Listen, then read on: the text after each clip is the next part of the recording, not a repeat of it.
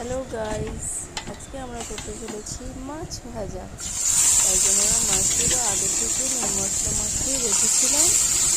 আর তারপর তেল গরম করে এক এক করে মাছের পিসগুলো সব দিয়ে দিলাম। তারপরে আমাদের মাছটা এখন ভাজতে থাক। তেলটা ভীষণই গরম হয়ে গেছে, ওই জন্য তেলটা খুবই ছিটকাচ্ছে। আমাদের মশলাটা এখন হতে থাক। একটু পরে বাবা, মাছটা তো একদমই ভাজা হয়ে গেছে লাল লাল করে। একটু খুন্তি করে নাড়াচাড়া করে দিই।